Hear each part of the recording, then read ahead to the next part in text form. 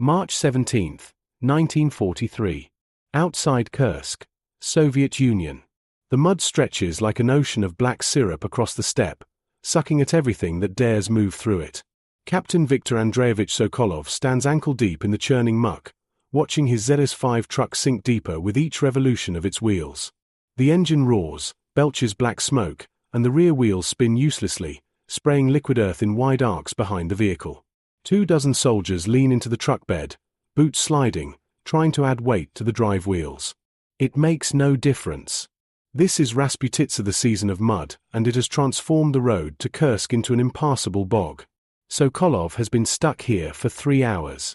His convoy of 5 trucks sits stranded in a line, each one mired to its axles. The spring thaw has turned the ground into something that isn't quite solid and isn't quite liquid. It's treacherous, unpredictable, and it has stopped the Red Army's advance as effectively as any German defensive line. Comrade Captain.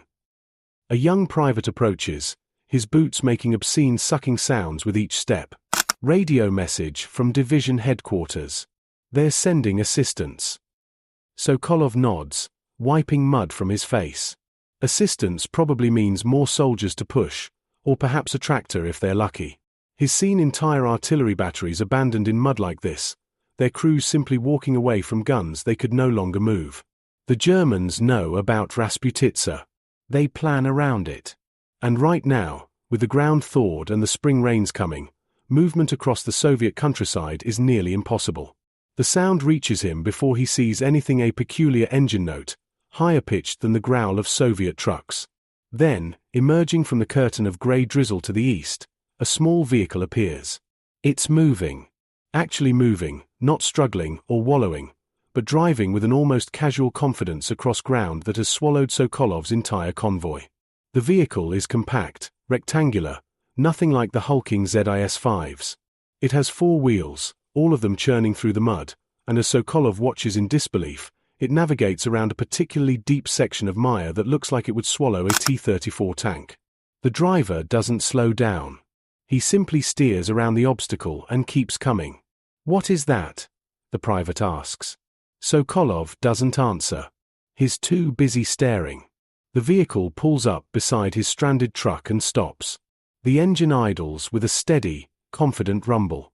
A Soviet lieutenant climbs out of the passenger seat, dry boots, clean uniform, and grins at Sokolov's mud-caked appearance. Captain Sokolov? Lieutenant Dmitry Pavlovich Volkov. Division sent me to pull you out. He gestures to the strange vehicle behind him.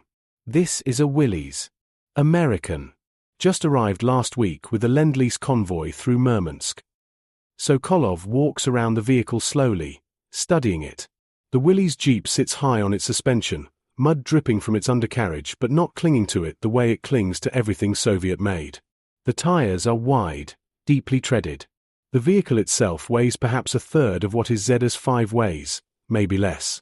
It looks fragile, almost toy-like, with its flat hood and exposed engine, its minimalist body panels. This. Sokolov gestures at the Jeep. This is going to pull out my truck. Watch, Volkov says. The driver, a sergeant named Ruslan, Sokolov learns, backs the Jeep up to the first ZS-5. 2 soldiers attach a tow cable to the American vehicle's rear hitch. The cable looks absurdly thin. Sokolov has seen tow cables snap under this kind of strain before, seen them whip back and kill men standing too close. Ruslan puts the Jeep in low gear. The engine note drops an octave. All 4 wheels begin to turn, and Sokolov watches as the Jeep simply pulls. There's no drama, no wheel spinning struggle. The little American vehicle leans into the cable, its suspension compressing, and the ZS-5 lurches forward. Mud releases the truck with a sound like a giant's kiss, and suddenly it's moving, rolling out of the hole it had dug for itself. The soldiers watching break into applause. Sokolov feels his jaw hanging open and closes it. The Jeep pulls the truck 20 meters to firmer ground, where the ZS-5's wheels finally find purchase. Ruslan disconnects the cable and drives back for the second truck. How? Sokolov asks Volkov. How is this possible? 4-wheel drive, Volkov explains, his voice carrying the excitement of someone who's discovered a secret. All four wheels receive power from the engine simultaneously. Not like our trucks where only the rear axle drives. And the weight distribution, see how it sits. The engine is positioned over the front axle. Perfect balance. Low center of gravity. And the gearing. He shakes his head. I've never seen gearing like this. It can crawl through anything. Sokolov watches as the Jeep pulls out the second truck, then the third. Each extraction takes less than 5 minutes. By the time all 5 ZIS-5s are sitting on solid ground, Sokolov's understanding of what constitutes an effective military vehicle has been fundamentally altered. How many of these do we have? He asks. Division received 50 last week. More are coming. The Americans are shipping them by the thousands. Comrade Stalin himself praised them in a directive. Sokolov walks over to the Jeep, running his hand along its hood. The metal is stamped steel, thin, utilitarian. No excess weight. The windshield folds down flat against the hood.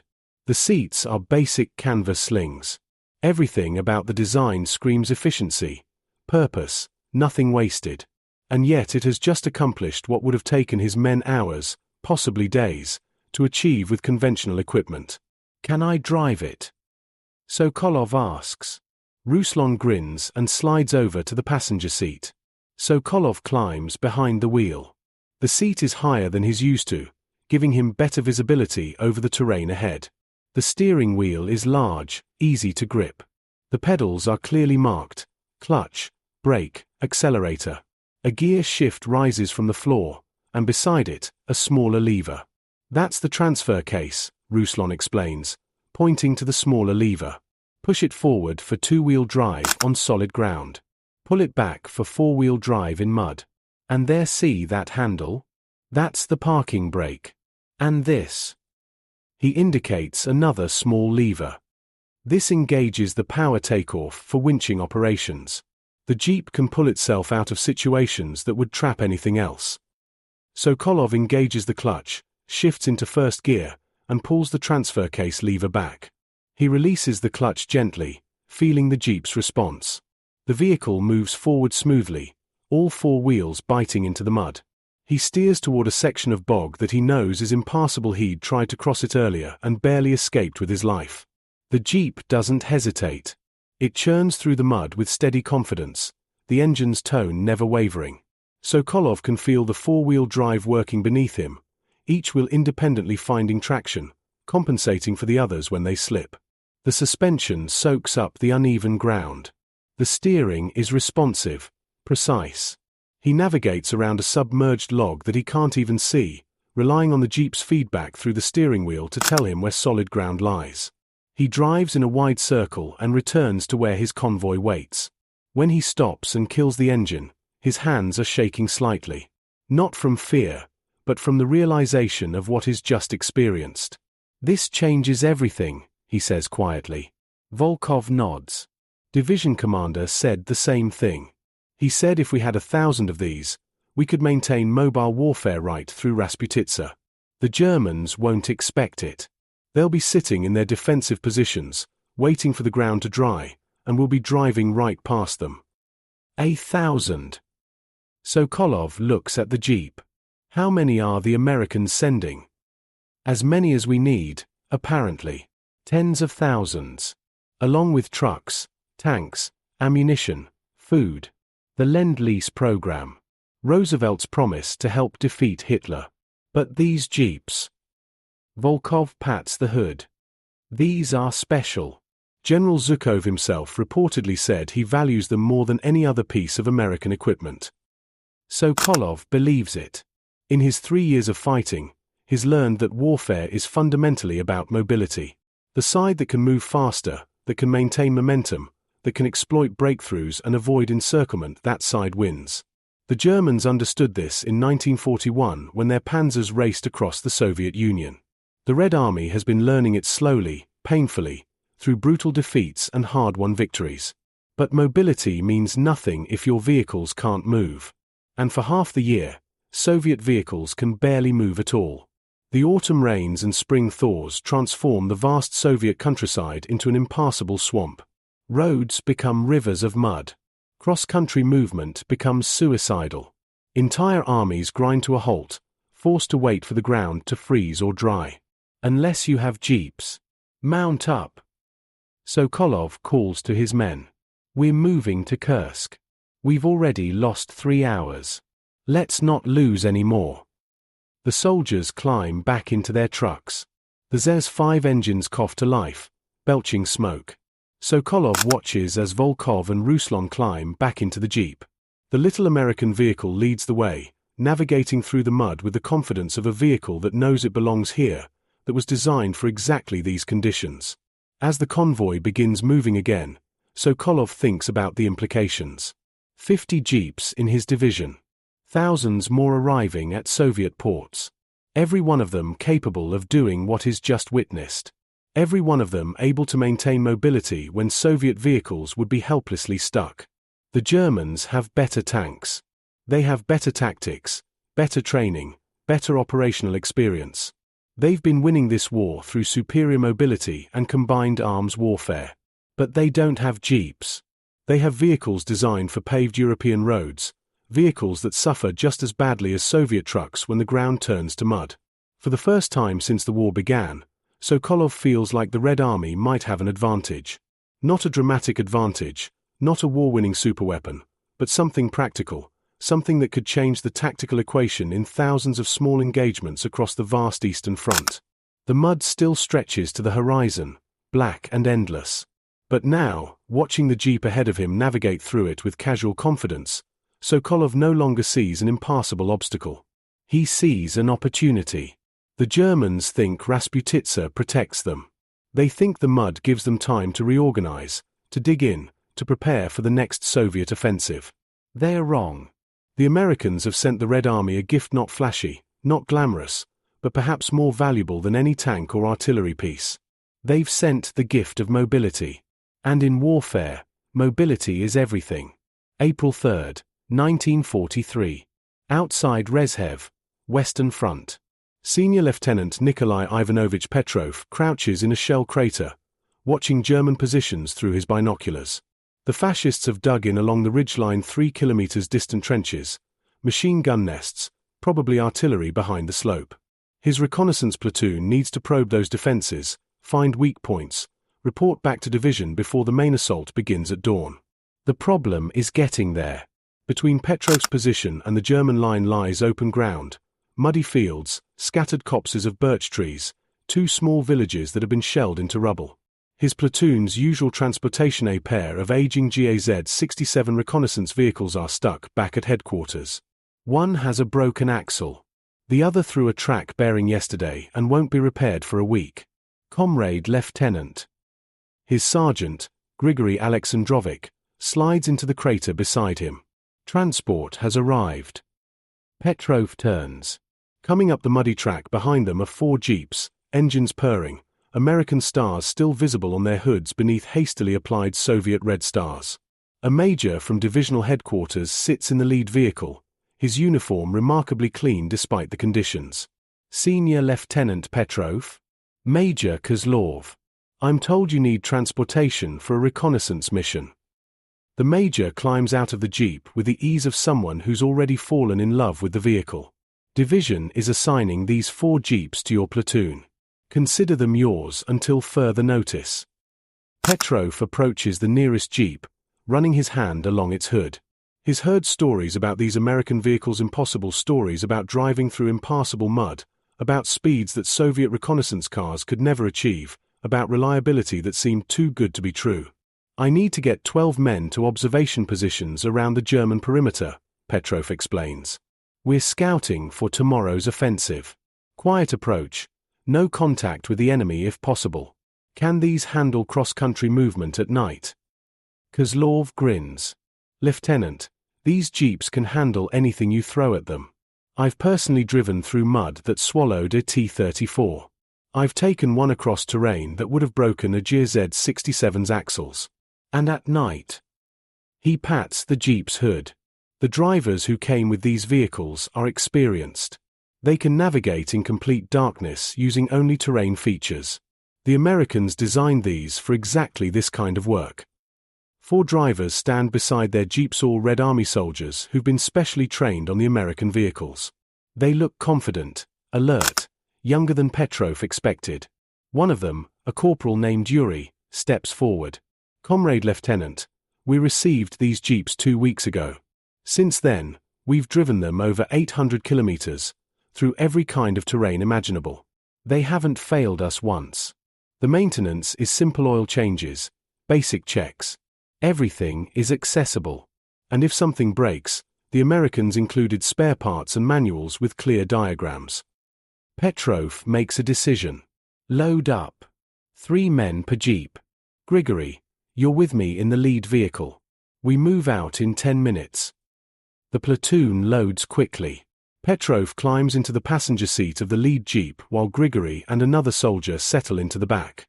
The driver, Yuri, starts the engine. It catches immediately, settling into a steady idle. "Where to, Comrade Lieutenant?" Petrov unfolds his map, orienting it by the fading daylight. "Here." He points to a position flanking the German line. "Approach from the southwest, using this ravine for cover. We need to reach this wooded area without being spotted. Once we're in position, we observe until 4 o'clock hours, then withdraw." Yuri studies the route, nodding. "The ravine is good. Ground will be softer there, more mud, but the jeep handles it. We'll need to engage 4-wheel drive and use low range for the steep sections. Travel time, maybe 40 minutes if we're cautious. 20 if we push it." 40, Petrov says. "Stealth over speed tonight." Yuri shifts into gear and the jeep moves forward. Within seconds, Petrov understands what the major meant. The ride is smoother than any Soviet vehicle he's experienced. The suspension absorbs the rough ground, the springs compressing and rebounding with each irregularity. The jeep navigates around obstacles with nimble precision. When they reach the first muddy section, Yuri pulls a lever beside the gear shift, engaging 4-wheel drive, and the jeep simply powers through what would have stopped his Jet 67 cold. Behind them, the other 3 jeeps follow in a staggered column. They maintain proper spacing, engines quiet enough that Petrov can hear night birds calling from the tree line. No headlights there, navigating by moonlight and terrain familiarity, just as Kozlov promised. The ravine, when they reach it, is exactly as challenging as Petrov feared. Steep sides, muddy bottom, fallen logs blocking sections of the path. Yuri downshifts into low range, and the jeep crawls forward, engine revving higher but speed dropping to barely walking pace. The torque multiplication is extraordinary. Petrov can feel the power being transmitted through all 4 wheels as they claw for traction. They descend into the ravine without sliding, navigate around a massive boulder that partially blocks the path, and climb the opposite side with the engine roaring but the wheels never losing grip.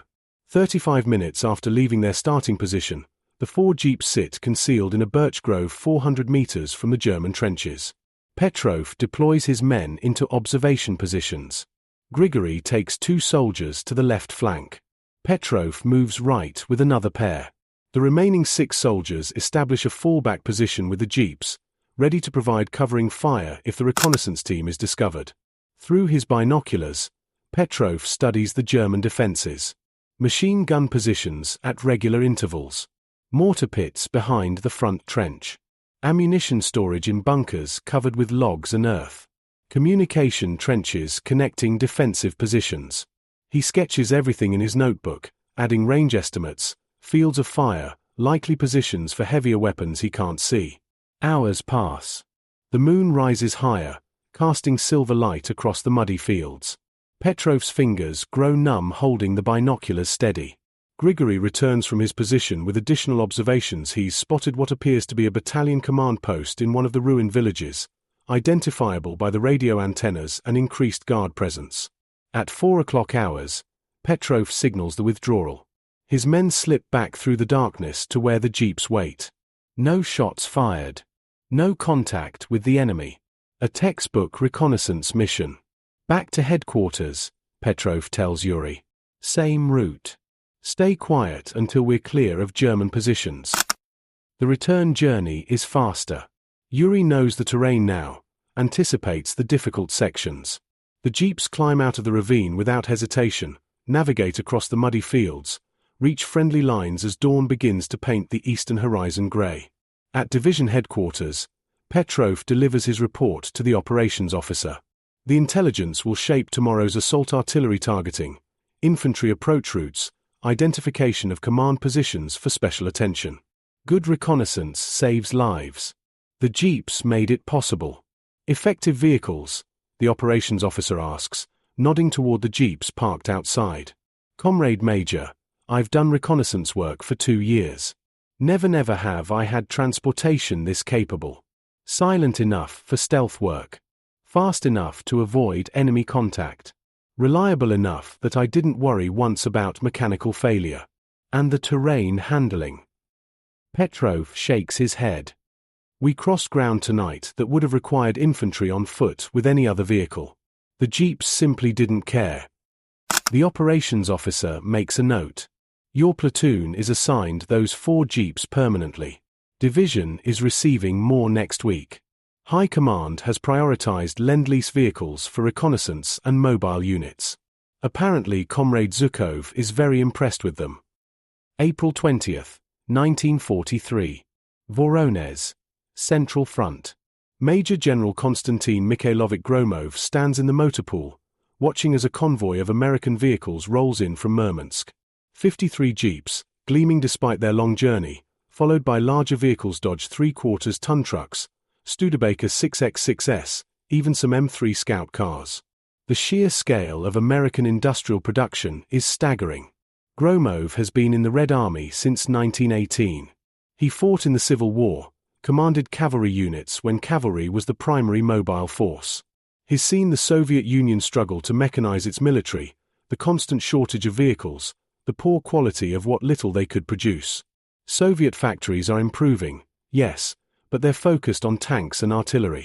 Soft-skinned vehicles, trucks, cars, reconnaissance vehicles have always been in desperately short supply. And then the Americans offered help. Comrade General. His logistics officer, Colonel Andrei Stepanovich, approaches with a clipboard. 53 Jeeps received and inspected. All in working order. Fuel requirements: standard gasoline, 80 octane or better. Maintenance: the Americans provided technical manuals fully illustrated. Parts packages included with each vehicle. Expected operational lifespan under combat conditions: 50,000 kilometers before major overhaul. 50,000. Gromov stares at him. 50,000 kilometers. The Americans have very detailed maintenance schedules, Comrade General. Follow the schedules, and the vehicles apparently run indefinitely. We also received 20 Studebaker trucks. These are for general cargo. Load capacity: 2.5 tons, cross-country capable, 6-wheel drive. And 15 Dodge truck smaller, 3/4-ton capacity, but extremely nimble. Gromov walks along the line of Jeeps. Each one represents approximately $1,600 American.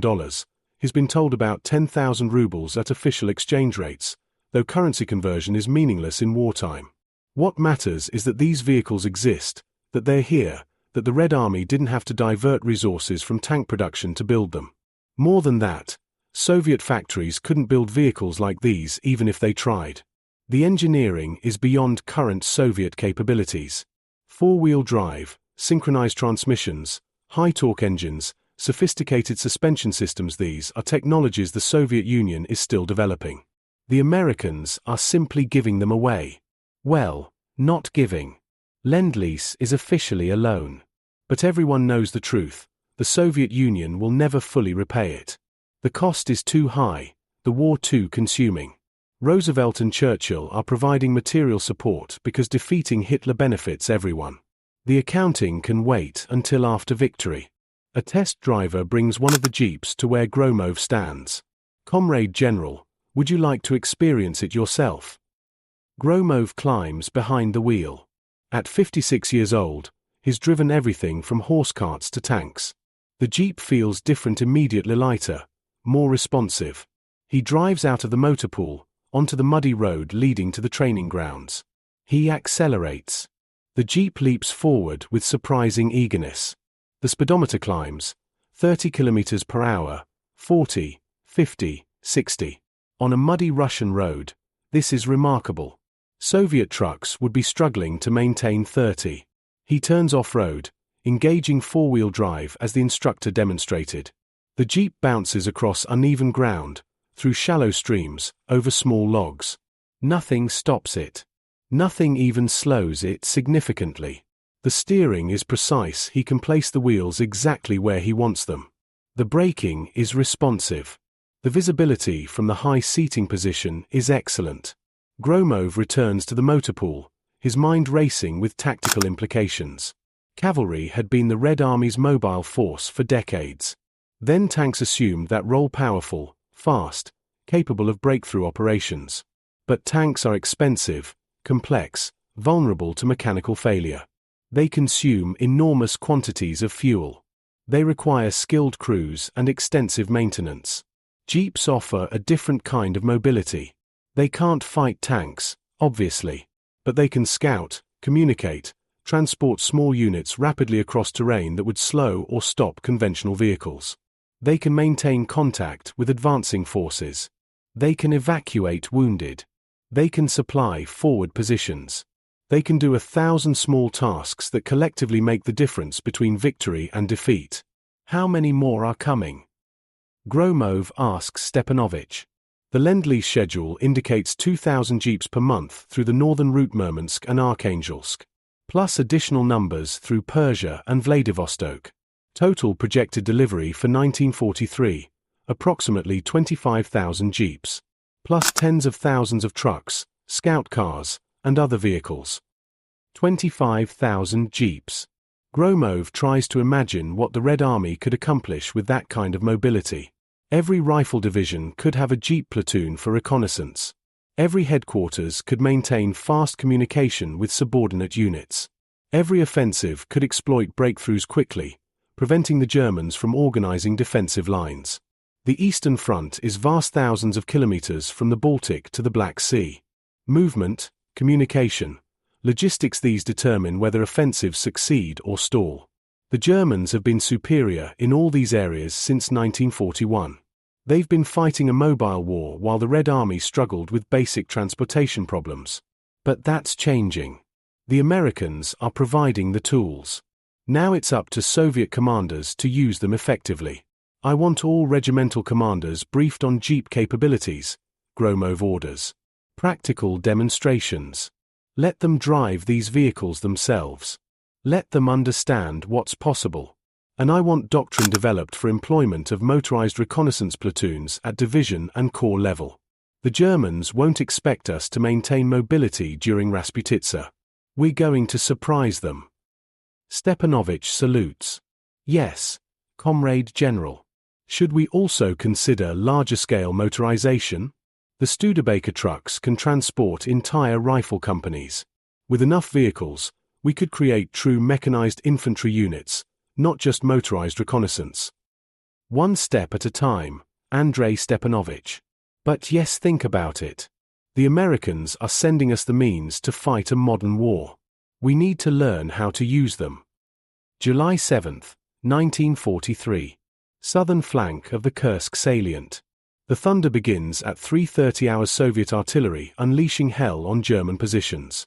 Colonel Pavel Dmitrievich Volkov stands beside his jeep, watching the horizon light up with orange flashes. Thousands of guns firing simultaneously, shells screaming overhead in a steel hurricane. The ground trembles. Dirt shakes loose from the jeep's hood where it's accumulated during 3 days of waiting. Volkov commands the 203rd Reconnaissance Battalion, a unit that didn't exist 4 months ago. It was formed specifically to exploit the new American vehicles flooding into Red Army inventory. 68 jeeps, organized into 6 companies, supported by a platoon of Dodge trucks for supplies and a company of American-made M3 Scout cars for heavier firepower. The entire battalion is motorized, mobile, designed to move fast and strike hard. Today, they'll prove their worth. Operation Kutuzov, the Soviet counteroffensive at Kursk, has begun. The Germans threw their strength against the northern and southern faces of the salient. They failed. Now it's the Red Army's turn. The plan is ambitious: break through German defensive lines, exploit into their rear areas, disrupt communications and supply routes, spread chaos that will allow the main Soviet forces to advance. It's exactly the kind of mission German forces have executed brilliantly for 3 years. Now, equipped with American mobility, Soviet reconnaissance battalions will turn German tactics against them. Conrad, colonel. Captain Ivan Sergeyevich appears through the pre-dawn darkness. 1st Battalion reports German artillery responding. Counter-battery fire confirmed. Infantry assault begins in 12 minutes. Volkov checks his watch. The choreography of modern warfare, artillery preparation, infantry assault to fix enemy positions, then exploitation forces drive through any breakthrough. His battalion is exploitation, the fast-moving edge of the Soviet advance, racing ahead to create maximum disruption before the Germans can react. Company commanders report status. Volkov orders. The radio crackles. 6 company commanders confirm readiness. All vehicles fueled, armed, crews briefed. Route reconnaissance completed during the night. Primary objective: the town of Bolkov, 28 kilometers behind German lines. Secondary objectives: destroy any German units encountered, sever communication lines, create general mayhem. The infantry assault goes in at 3:42 hours. Through his binoculars, Volkov watches Soviet soldiers emerge from their trenches, advancing behind rolling artillery barrages. The Germans respond with machine gun fire, mortars, their own artillery. The battle becomes a confused melee of explosions, tracers, and screaming men. By 5:20 hours, the breakthrough occurs. A rifle division punches through a weak section of German line held by Romanian troops who break under the Soviet assault. The gap is narrow, perhaps 800 meters, but it's enough. All companies, advance. Volkov climbs into his jeep. His driver, a veteran sergeant named Oleg, starts the engine. The jeep's familiar rumble is barely audible over the artillery thunder. The entire battalion surges forward, 68 jeeps racing toward the breakthrough point in a column that stretches for 2 kilometers. They pass through friendly lines at speed, Soviet infantry waving them forward. The gap in the German defenses appears ahead, a section of trench abandoned by retreating Romanians, bodies scattered, weapons dropped in panic. Volkov's jeep is first through, accelerating onto open ground beyond the German line. It's immediately clear they've achieved surprise. German positions show confusion: soldiers running between trenches, officers shouting orders, vehicles attempting to move into defensive positions. They weren't expecting Soviet forces to break through so quickly. They certainly weren't expecting motorized units racing toward their rear areas while the main battle still rages at the front. 1st Company, left flank, suppress that machine gun position. Volkov shouts into the radio. 6 jeeps peel off, their mounted machine guns opening fire. The German milligram 42 position is silenced within seconds. Soviet troops have learned to respect German machine guns: the devastating rate of fire, the precision, the ability to stop entire infantry assaults. But machine guns can't track fast-moving vehicles effectively. The jeeps simply drive around the fields of fire. The battalion races south, parallel to the German defensive line. They're in the rear area now, the support zone where artillery batteries, supply dumps, headquarters units, and communications infrastructure exist. A German truck convoy appears ahead, moving toward the battle. Volkov's lead company engages it with machine gun fire. The trucks scatter, some crashing off the road, others burning. Soviet troops dismount, quickly securing prisoners and documents. Keep moving. Volkov orders. 2nd Company, secure those prisoners. Everyone else, maintain speed. The jeeps surge forward again. Speed is everything. The longer they stay in one place, the more likely German forces will organize a coordinated response. But if they keep moving, keep hitting targets and disappearing before effective resistance can form, they'll multiply their impact far beyond their actual strength. At 6:45 hours, they encounter serious opposition. A German mechanized unit SDKFZ 251 half-tracks with mounted troops blocks the road ahead. These are professional soldiers, not surprised Romanian conscripts. They've deployed defensively, using the half-tracks as mobile strongpoints. 3rd Company, flank right through those fields. 4th Company, suppressive fire on the half-tracks. 5th Company, with Miwiri going straight through. The Soviet attack unfolds with practiced coordination. Third Company's jeeps race across muddy fields, circling around the German position. Fourth Company lays down machine gun fire, forcing the German infantry to take cover behind their vehicles. Volkov's Fifth Company charges directly at the German line. It's insane by conventional tactics. Jeeps have minimal armor canvas sides, thin metal floor, nothing that would stop even small arms fire. But speed and aggression can substitute for armor if executed properly. The jeeps weave and dodge, closing the distance before German troops can aim effectively. Soviet soldiers throw grenades from moving vehicles. Machine guns chatter. One jeep hits the driver, slumps forward, the vehicle careens into a ditch. But the others break through, scattering the German infantry. Behind them, Third Company hits the German rear, catching the mechanized troops between two Soviet forces. The fight is brutal and short. German casualties are heavy. Soviet losses: 3 jeeps destroyed, 11 men killed or wounded, but the road is clear. Volkov doesn't stop to count costs. Reform and advance. First aid for wounded.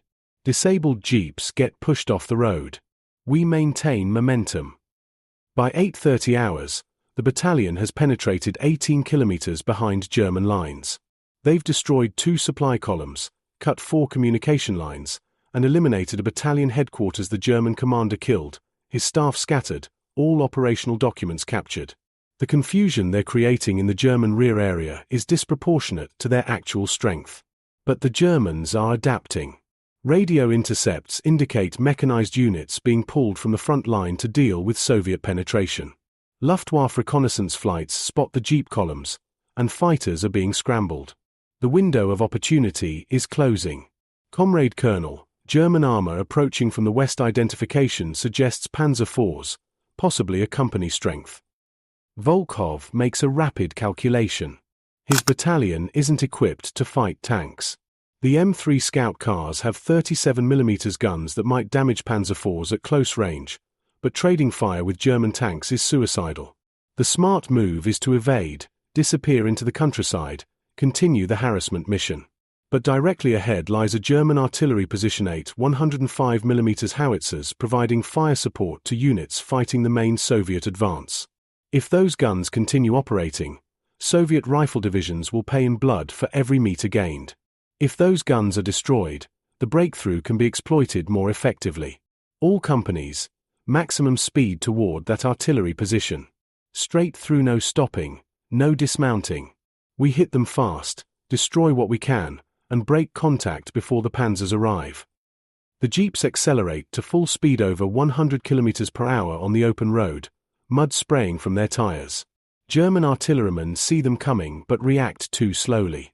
The howitzers are positioned for indirect fire, unable to depress their barrels to engage the fast-approaching targets. German crews grab rifles and personal weapons, but they're artillerists, not infantry trained for close combat. Volkov's battalion crashes into the artillery position like a motorized tidal wave. Jeeps weave between the big guns, Soviet troops throwing satchel charges into ammunition dumps, firing machine guns at anyone who resists.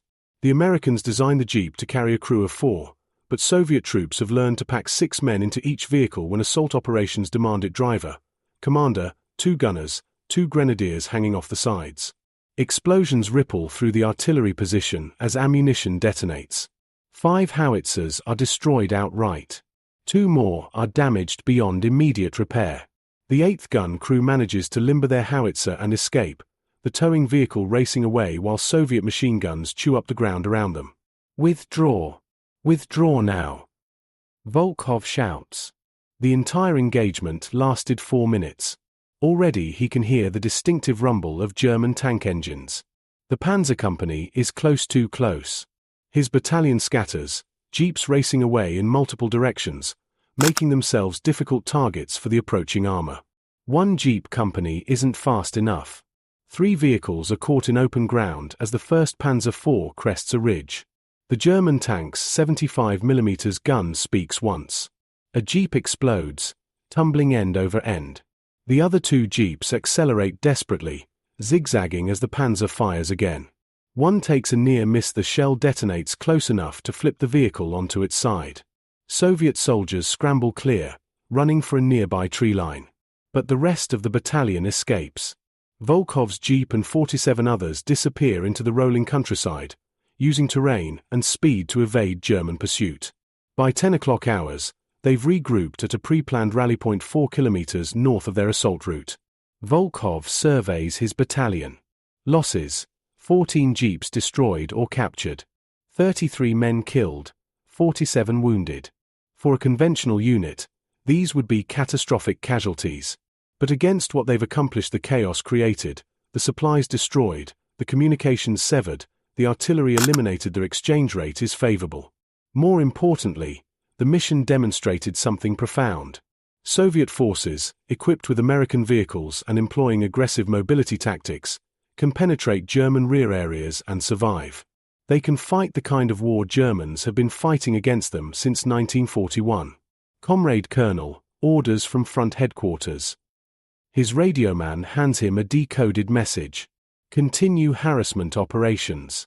Main Soviet forces are advancing. Breakthrough is being exploited. We're to maintain pressure on German rear areas, prevent organized withdrawal. Volkov studies his map. The battalion has fuel for another 150 kilometers of operations. Ammunition is adequate. Morale, despite casualties, remains high. Soviet soldiers love the jeeps, love the mobility they provide, love the psychological impact of racing through German-held territory. Company Commanders Conference, he orders. We plan the next phase. The captains gather around Volkov's jeep, spreading maps on the hood. These officers have learned the new warfare quickly, not the grinding, attritional battles that characterized the Eastern Front's early years, but fluid, fast-moving operations where initiative and speed matter more than raw firepower. Here, Volkov points to a road junction. German retreat route. If their forward units pull back from the Kursk salient, they'll use this junction. We interdict it. Ambush, harass, delay. Force them to deploy security forces that should be fighting our main advance. Questions. Fuel supplies, asks one captain. Studebaker trucks from Division Supply are moving forward. We'll link up with them this afternoon. The Americans designed these vehicles to be logistically simple, one fuel type, standardized parts. Division has learned to keep supply columns moving to support us. It's another advantage of the Lend-Lease vehicles. Soviet logistics officers initially worried about maintaining American equipment, different standards, different parts, different maintenance procedures. But American engineering proved remarkably user-friendly. Maintenance manuals with clear diagrams. Standardized parts that fit multiple vehicle types. Reliable engines that didn't require constant tinkering. Soviet mechanics, accustomed to coaxing temperamental Soviet vehicles back to life, found American equipment almost absurdly simple to maintain. The battalion moves out again at 11:20 hours. They're tired. Most men haven't slept in 30 hours, but the jeeps are fresh, engines running smoothly, ready for continued operations. Volkov leads them toward the road junction, taking a circuitous route that avoids likely German positions. They arrive at 13:40 hours and set up hasty ambush positions. Trees provide concealment. The road itself runs through a small valley, perfect for stopping vehicle columns. Volkov deploys 2 companies in overwatch positions on the high ground. The other companies conceal themselves along the road itself, ready to engage any traffic that appears. They don't wait long. At 14:25 hours, a German convoy appears, trucks, half-tracks, some light tanks, all moving south in what looks like an organized withdrawal. Volkov lets the lead vehicles pass through the kill zone. Then, when the convoy is fully committed to the narrow road, he springs the trap. Soviet machine guns open fire from both sides simultaneously. German vehicles stall, crash into each other, burn. Troops attempt to dismount and return fire, but they're caught in a crossfire with no good cover. The light tanks try to maneuver, but the road is blocked by burning trucks. Volkov's M3 scout cars engage them with 37mm fire, not powerful enough to penetrate frontal armor, but adequate for side and rear shots. The ambush lasts 12 minutes.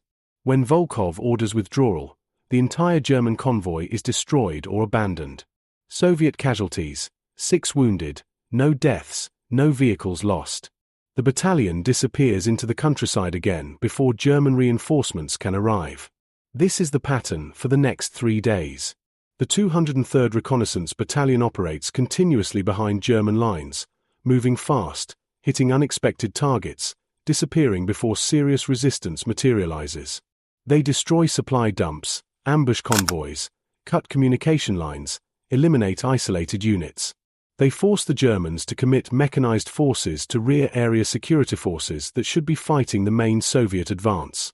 And they are not alone. Other reconnaissance battalions, similarly equipped with American vehicles, are conducting parallel operations across the Kursk salient. Together, they create a network of chaos that degrades German defensive capabilities far beyond what their numbers would suggest. By July 10th, Volkov's battalion has driven over 400 kilometers, destroyed or captured equipment worth millions of rubles, killed or captured hundreds of German soldiers, and completely disrupted enemy operations in their assigned sector. The Jeeps performed flawlessly, not a single mechanical failure that couldn't be fixed with basic field maintenance. The American vehicles simply worked, day after day, through mud and dust, under fire and in pursuit. When the battalion finally withdraws to refit on July 12th, Volkov writes his after-action report with careful attention to detail. The facts speak for themselves. Motorized reconnaissance battalions, equipped with American vehicles and employing aggressive tactics, can fundamentally change the operational tempo on the Eastern Front. Senior commanders are paying attention. The success at Kursk validates the investment in Lend-Lease vehicles. Orders flow down from Stavka, the Soviet High Command, authorizing formation of additional motorized reconnaissance units. American Jeeps are being prioritized for these battalions. Production schedules are adjusted to maximize delivery. The war is changing. Soviet forces are learning to fight with mobility and initiative, not just mass and firepower. American vehicles are making that transformation possible. January 18, 1945. East Prussia, German territory. The cold bites through every layer of clothing that guards Captain Viktor Sokolov wears. He's the same officer who stood in the mud outside Kursk nearly 2 years ago, watching in disbelief as an American Jeep pulled his entire convoy free. That moment changed his understanding of warfare. Today, driving through what was once German territory, he understands just how completely. His Jeep, the same model, though not the same vehicle, crunches through frozen snow on a road that leads toward Königsberg. Behind him, a column of Soviet armor advances. T-34 tanks, self-propelled guns, trucks carrying infantry. The entire front is moving west with momentum that seems unstoppable. The Germans are retreating, trying to establish defensive lines, failing, retreating again. Sokolov commands a reconnaissance company now, promoted twice for actions during the summer offensives of 1944. His unit operates ahead of the main advance, identifying German positions, finding routes through minefields, maintaining contact with withdrawing enemy forces. The work is dangerous. His company has lost 16 men in the past month, but it's essential. Modern warfare moves at the speed of reconnaissance. Comrade Captain. His driver, Senior Sergeant Ruslan. Yes, the same Ruslan from that day outside Kursk, points ahead. Village ahead. Smoke rising. Could be a German rearguard. Sokolov raises his binoculars. The village sits astride the main road, buildings clustered around a church with a damaged steeple. Smoke indeed rises from several structures. Movement visible. Could be German troops, could be refugees, could be both. Halt the column. Send Lieutenant Petrov forward with 2nd Platoon to scout. Tell him to approach from the north, avoid the main road. I want to know what we're dealing with before we commit the company. The radio crackles with acknowledgements. Sokolov watches through his binoculars as 6 jeeps detach from the column, circle wide to approach the village from an unexpected direction. This is standard procedure now. Reconnaissance by maneuver, using speed and multiple approach vectors to gather intelligence without committing to direct assault. Lieutenant Nikolai Petrov, promoted from senior lieutenant after his own successes in reconnaissance operations, leads his platoon with practiced efficiency. The jeeps move in a staggered formation, maintaining spacing, ready to disperse if they encounter fire. They disappear into a tree line north of the village. 10 minutes pass. Then Petrov's voice on the radio: "Captain, village is abandoned. German rearguard pulled out this morning, locals confirm. Some structures burning from artillery fire, but no enemy presence. Road is clear. Secure the village. We're coming through. Sokolov's company advances into the village. German civilians watch from windows. Old men, women, children. The fighting-age men are all gone, either in the Wehrmacht or fled west ahead of Soviet advance. Fear is visible on every face. These are people who've been told terrible stories about Soviet troops, about atrocities, about revenge. Sokolov doesn't stop. His orders are to maintain pursuit of German forces, not to deal with civilians. Other units, NKVD troops, occupation authorities, will handle the population. His job is reconnaissance, and right now German forces are 12 kilometers ahead, trying to establish defensive positions around a river crossing. The company pushes forward.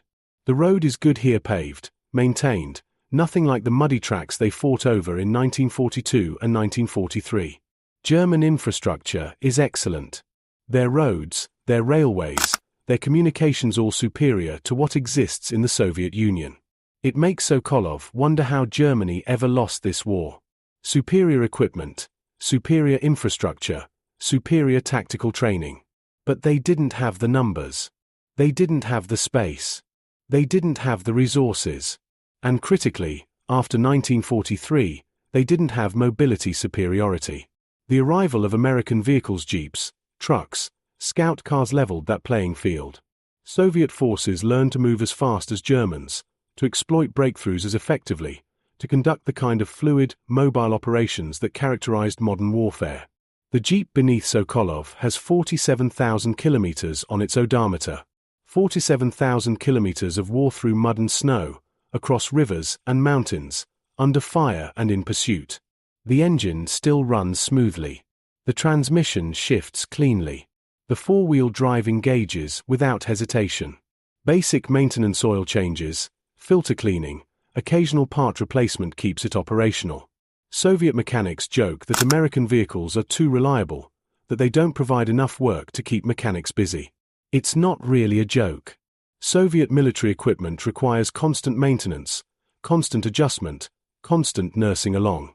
German equipment is better but still demands regular mechanical attention. American equipment just works. Change the oil every 3,000 kilometers, check fluid levels, replace worn parts when necessary, and the vehicles run essentially forever. Contact front.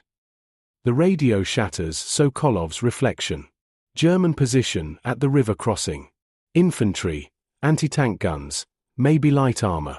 They're dug in on the west bank. Sokolov brings his company up to a position where he can observe. Through binoculars, he studies the German defenses. It's a hasty position, thrown together in the past few hours. Trenches, machine gun nests, anti-tank guns covering the bridge. The bridge itself is intact, which means either the Germans don't intend to hold long or they haven't had time to wire it for demolition. Pull back 500 meters and report to division, Sokolov orders.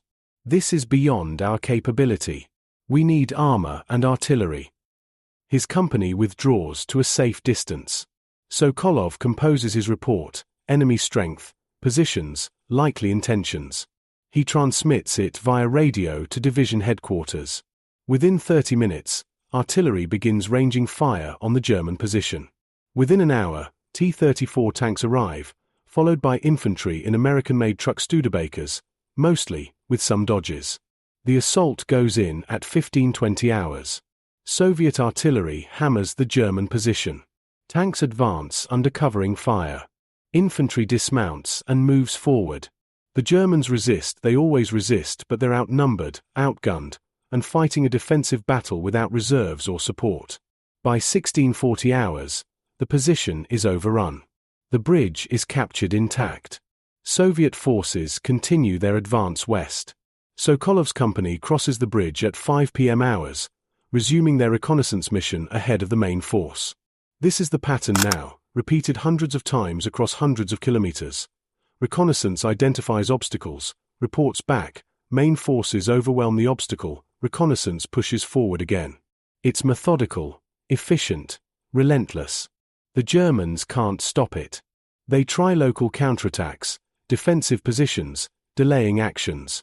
But they lack the resources for sustained defense.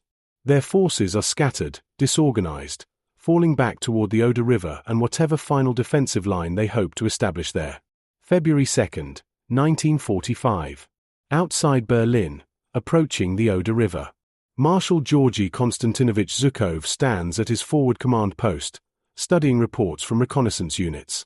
He's responsible for the first Belarusian front, over 1 million men, thousands of tanks and artillery pieces, advancing toward Berlin itself.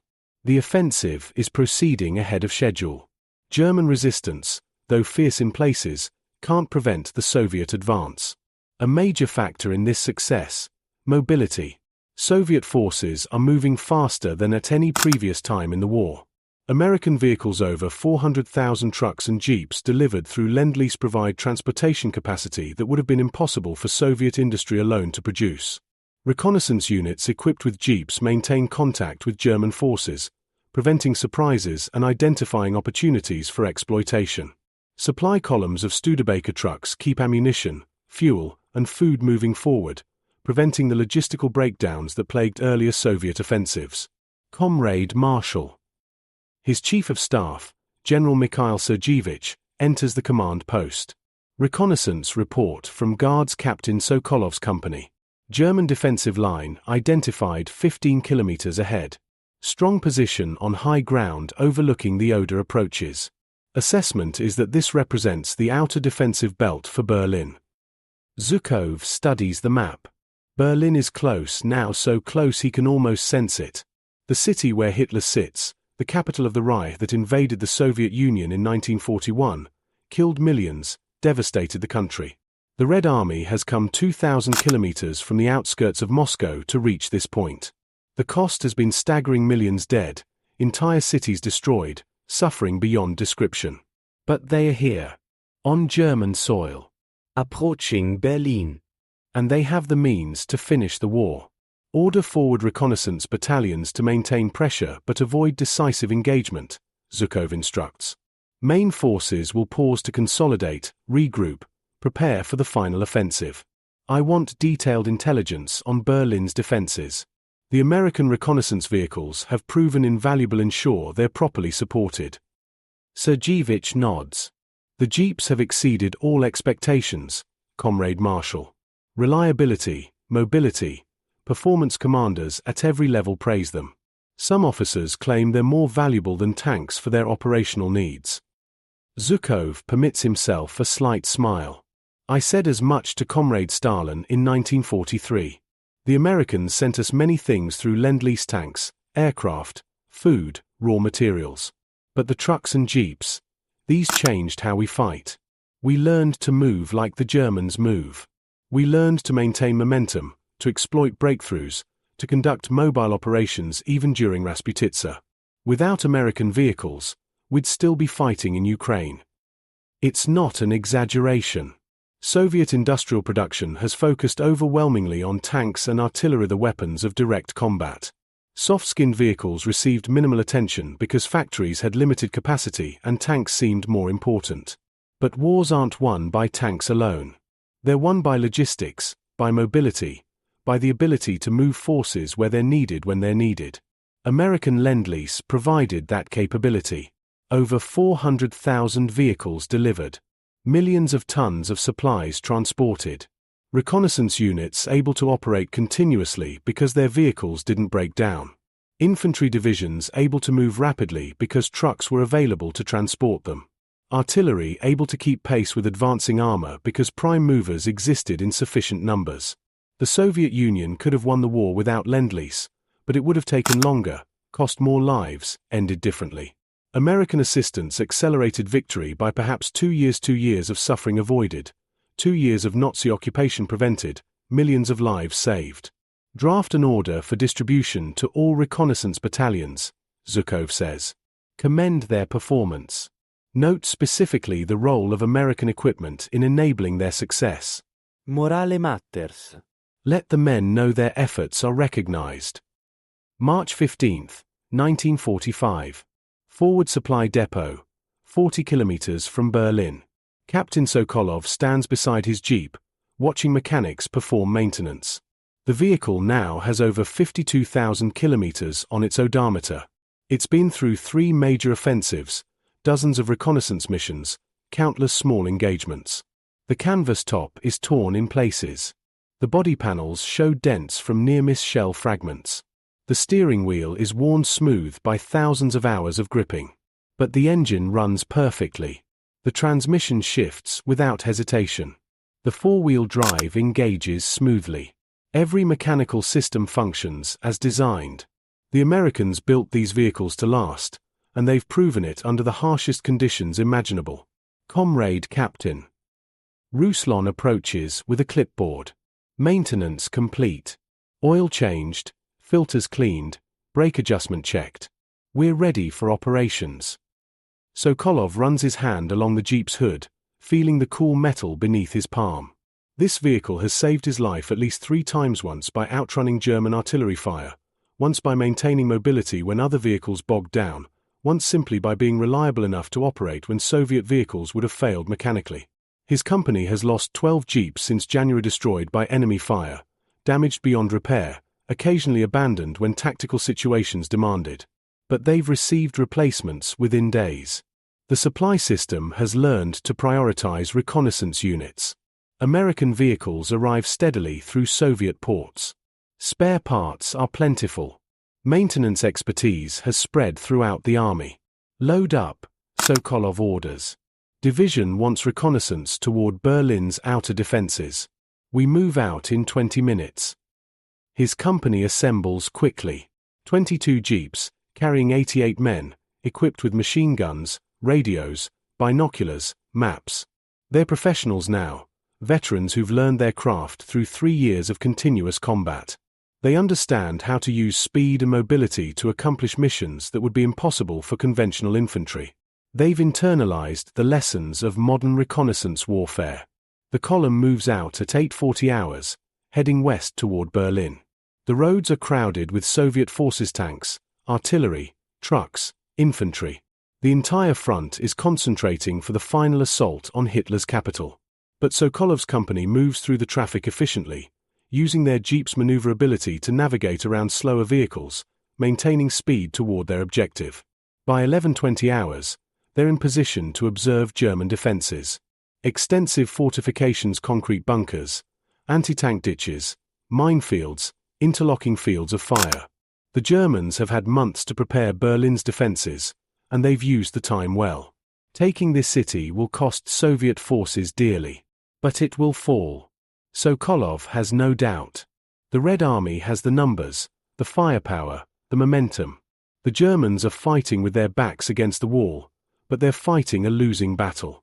The war's outcome is no longer in question, only the timeline and final cost. Sokolov completes his reconnaissance, documents German positions, transmits his report to division. His company withdraws to safer positions to await further orders. This is his job now, gathering intelligence, reporting enemy dispositions, enabling higher commanders to make informed decisions.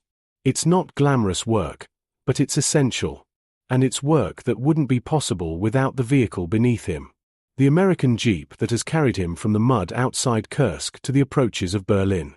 The vehicle that represents, in its own small way, the alliance that defeated Hitler-Soviet manpower and determination, American industrial capacity, British intelligence and coordination, all combined to overcome Nazi Germany. April 30th, 1945. Berlin. The city burns. Soviet artillery has reduced entire neighborhoods to rubble. Fires rage uncontrolled. The final battle for Hitler's capital has become a house-to-house nightmare of urban combat. German defenders fight with desperate fanaticism. Soviet troops advance block by block, paying in blood for every meter gained. Sokolov's company is no longer conducting reconnaissance. In urban warfare, Jeeps are too vulnerable. His men fight as infantry now, moving through destroyed buildings, clearing bunkers, eliminating strongpoints. The vehicles sit in rear areas, waiting for when the battle moves beyond Berlin into open country again. On this day, April 30th, Adolf Hitler commits suicide in his bunker beneath the Reich Chancellery. Sokolov doesn't learn this until later battlefield rumors take time to confirm.